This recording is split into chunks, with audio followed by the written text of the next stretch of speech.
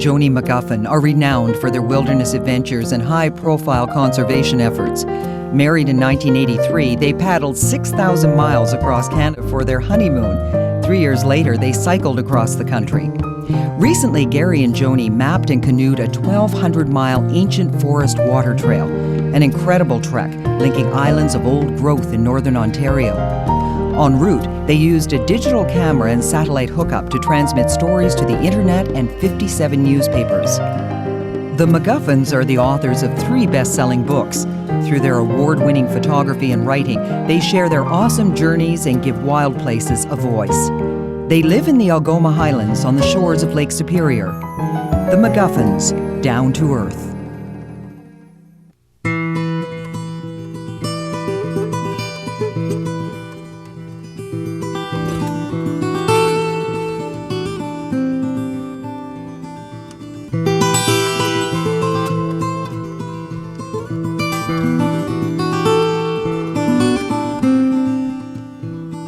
I would smoke and oranges, pathful canoe. I would course the inland ocean to be back to you.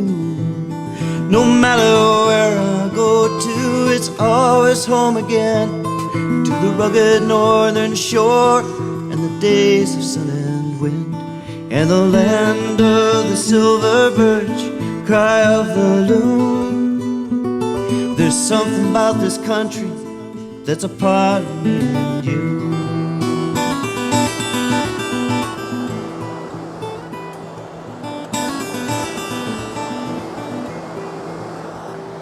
For our wilderness honeymoon, Joni and I paddled a canoe 6,000 miles across Canada.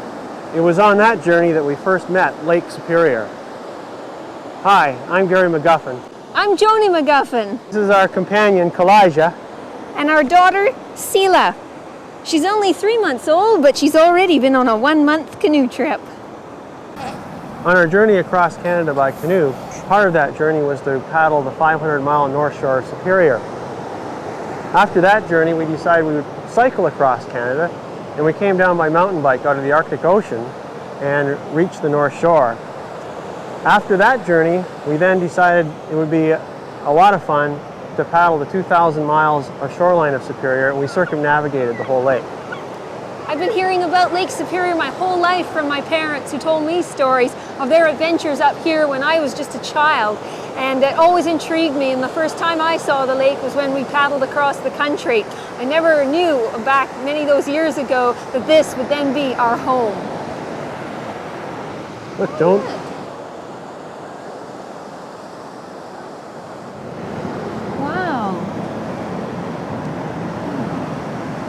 Looks like a piece of chert. Yeah, I think it is a piece of chert. It's been worked by human hands.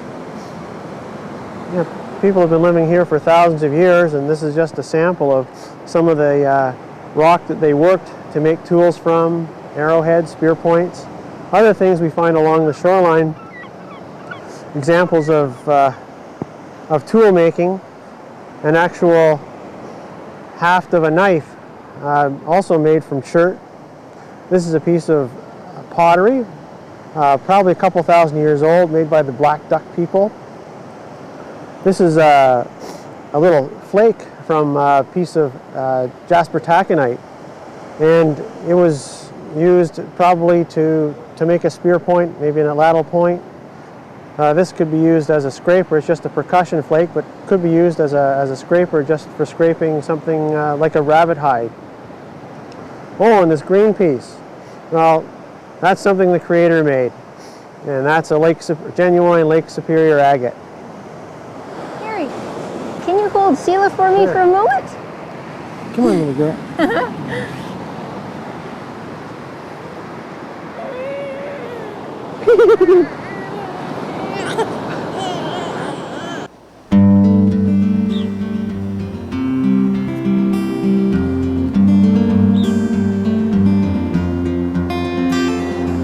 Oh, this is an incredible place.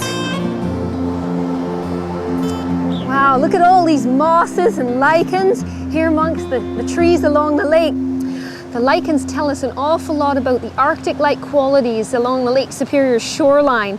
Here's some coral lichen and some reindeer lichen. When the glaciers receded, we had those animals and plants and so on at the edge of the ice, and the caribou lived here before the moose and deer did. And still today, they feed along the shores of Lake Superior on these such plants as lichens. Oh, and the red rock over here. Look at the water flowing down these fissures, and in the cracks where the mosses have taken hold, we can see a lot of variety of different mosses.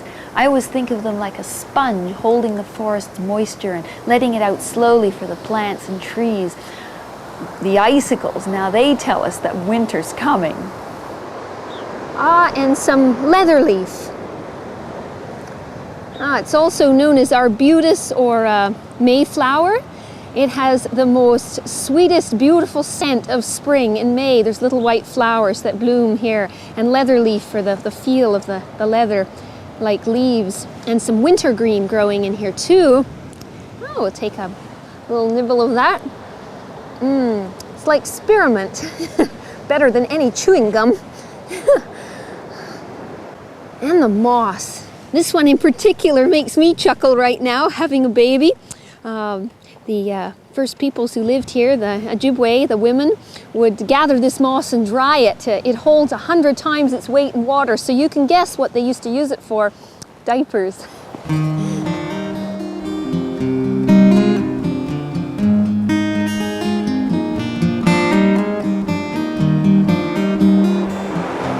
Look at you. Oh, let's go over there. Oh, it's like walking on a big cushion. It's ever neat. Look at all the water. Wow. Oh, it's so soft and smooth. I don't even want to walk on this. Look Look at at the that. rock tripe. Like big flappy pieces of Look leather. at it up there. You know, I've read about this rock tripe. Look, Elijah's quite interested in it too. Oh, this would suffice in times of hungry times when you could take it and boil it up and make a kind of stew with it. Pretty revolting, I think, but if you have nothing else to eat on a winter's day.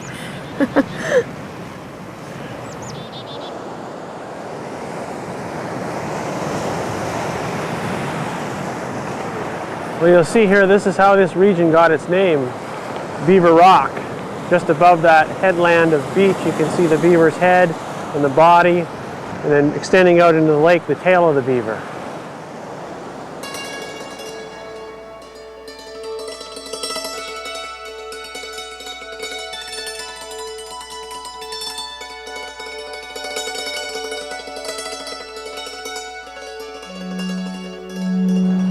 This is one of the 200 rivers that flows into Lake Superior.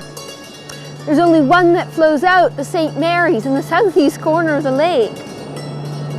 Superior covers a surface area of more than 32,000 square miles. That makes it the largest freshwater lake in the world. This is one of Joni's illustrations, which appears in our book, Superior Journeys on an Inland Sea. It depicts Lake Superior and its entire watershed. We're here on the eastern side of Lake Superior, and this is one of the rivers that flows out of the Algoma Highlands watershed.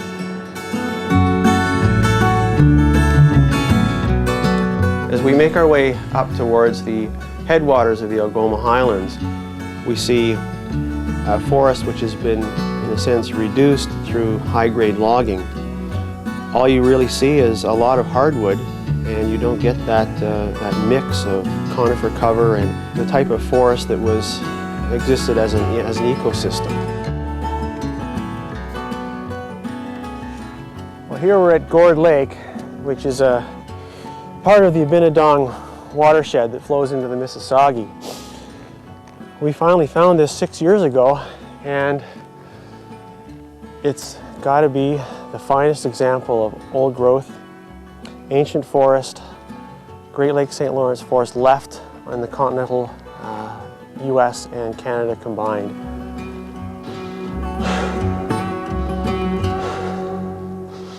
Well, now we've climbed the ridge above Gourd Lake. What's really distinctive about this area is once you get to the tops of these high ridges, you can look out and you can see, I have a raven. You can see ridge after ridge after ridge of white pine. Man, coming up on top of here, it's just like a sensory overload. There's the tastes and just the sights, but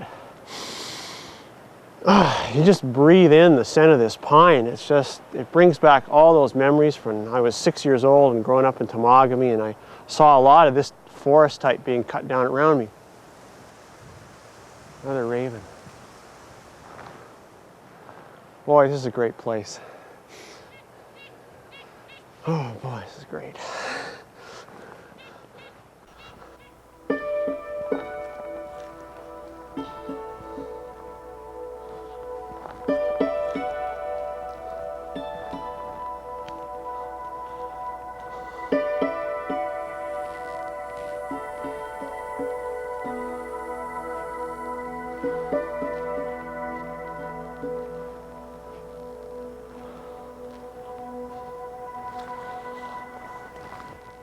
I see some moss over here, and I thought I'd try and get a photograph of it right on the base of this big white pine.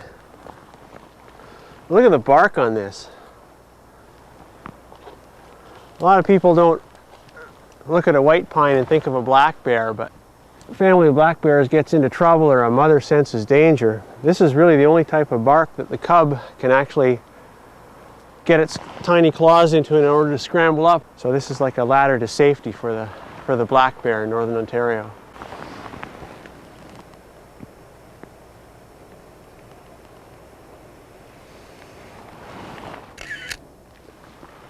Yeah, maybe I'll slow that down a bit. Give it a, I don't want to touch the camera. So shutter speed so slow. Okay. Yeah, that should work.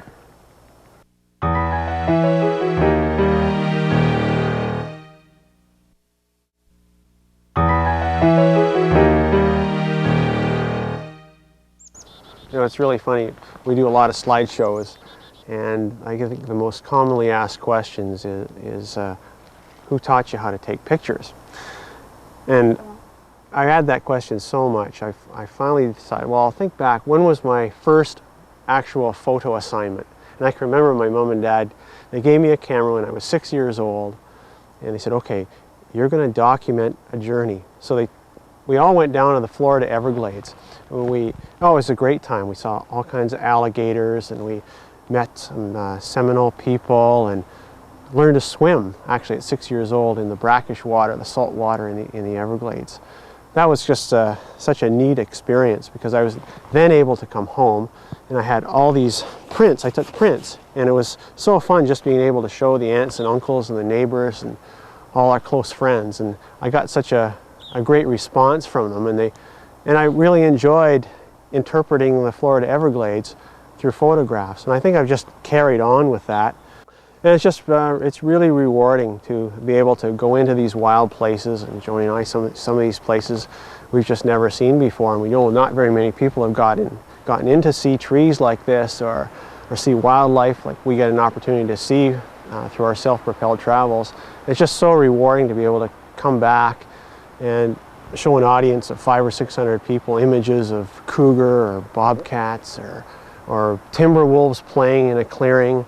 That's just, it's really neat, and just that audience response, I know they're learning a lot, and I think that's really what it's all about. I mean, we love to adventure, we love the journey aspect of everything, we love wild places, but I think it's now being able to share that, and that's the real love for what we do. It's being able to share it and know that in our own hearts we're really making a difference to preserve these wild places that are so much a part of our home, and it's what makes us tick. Well, because we're at this height of land, namely the Algoma Highlands, we're at a headwaters, and that means there's all kinds of rivers that just need to be explored by canoe on our way down to Lake Superior.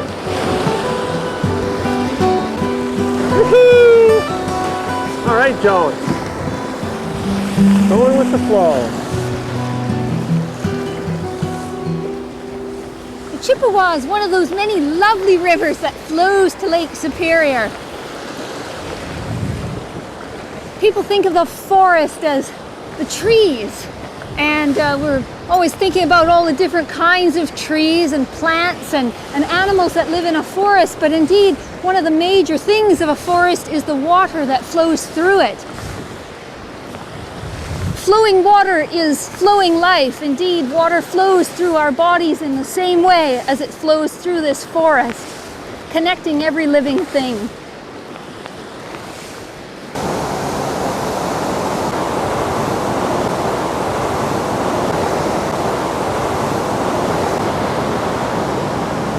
Come on, puppy. Watch your footing now.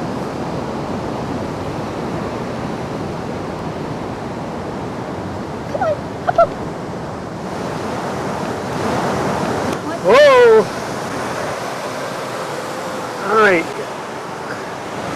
Well, this is one of the most spectacular gorges I know along the Lake Superior shoreline. We're making the portage around the Sand River Gorge and into Lake Superior. Many of the rivers that we paddled into the lake, they have these spectacular gorges and drops, and the water flows through these faults created by geologic forces millions of years ago, but the water that appeared after the glaciers 10,000 years ago is what we are seeing as a continuation today, flowing down through this channel and out into Lake Superior.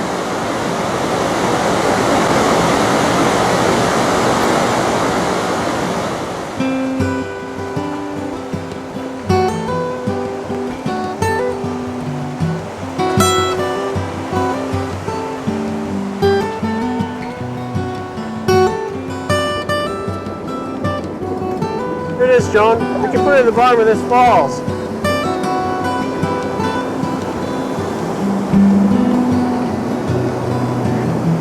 Wow! Rocks like these just make you feel like a little gnome along the river. We're heading out to the lake now.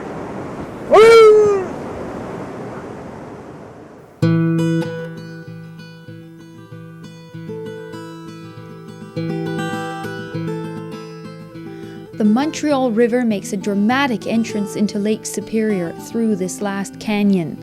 Looking out at the lake reminds us of the 3-month journey we made paddling all around Superior's shores and then exploring it again in all the different seasons. By wood smoke and oranges, path of old canoe, I would course the inland ocean to be back to you. No matter where I go to, it's always home again, to the rugged northern shore and the days of sun and wind. In the land of the silver birch, cry of the loon, there's something about this country, it's a part of me and you. We nosed her in by Pakasaw, out for 15 days to set paddle and the spirit at the mercy of the waves. The one-agains were loaded down and a gift left on the shore, for it's best that we surrender to the rugged northern shore. In the land of the silver birch, cry of the loon, there's something about this country, it's a part of me and you. In our explorations of Lake Superior and its watershed, we've used various forms of self-propelled travel, canoe, kayak, snowshoes, and skis to experience this unique landscape from different perspectives. Through her writing, Joni is able to capture the essence of this experience. The people whose hands made the paintings were the same that held paddles shaped much like our own. They propelled their canoes over this same lake, bathed and drank from it, fished the streams, and surely marveled at the shape and color of the same rocks we had seen today. They were people whose eyes saw storms approaching, whose ears heard thunder, whose noses caught the scent of damp earth, and whose taste buds relished blueberries. We appreciate the physical aspect of their lives. Their day-to-day survival depended upon their knowledge of the seasons, the animals, and plants.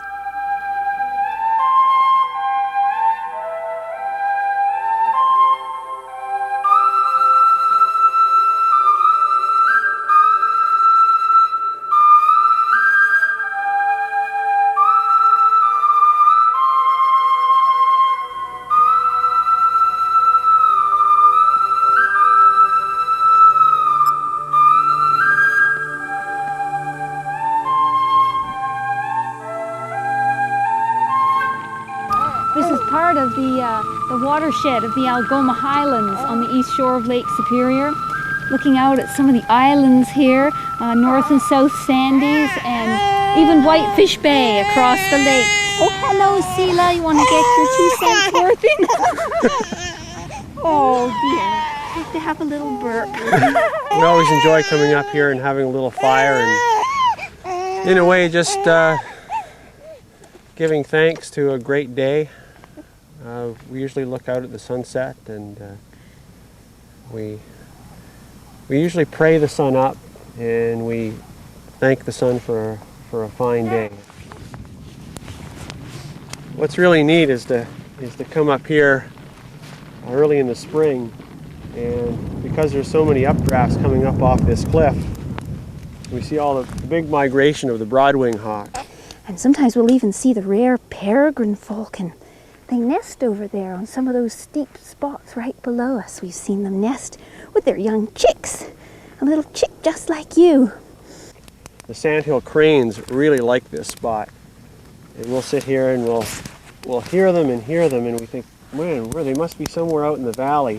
And then we look thousands of feet above us and they're way up. And we come here, we get our binoculars out and we lie on our backs and we just stare up and watch the cranes as they melt the nylon. I can remember taking big long hikes with my dad, and my dad would be on skis and I'd be over his shoulders, and everything that he saw I was almost seeing through his eyes, and just listening to his stories and everything he saw, everything he talked about, the smells, he could identify things for me, and my mom was always there, and it was just really, you really felt a part of everything that they were. It makes me think of walking down some of the trails and up the trail here when you carry Sela, and she's there in front of you looking out, her little eyes peeping out like a little owl, looking around and thinking about what she is seeing, her perspective, and it's going to be fun to watch her grow up. I'm just so happy with her name now though, Sela Kestrel. And Kestrel for the little falcon that flies by here at our favorite time of the year in the fall, one of our favorite times, and Sela, which is the Inuit word for nature.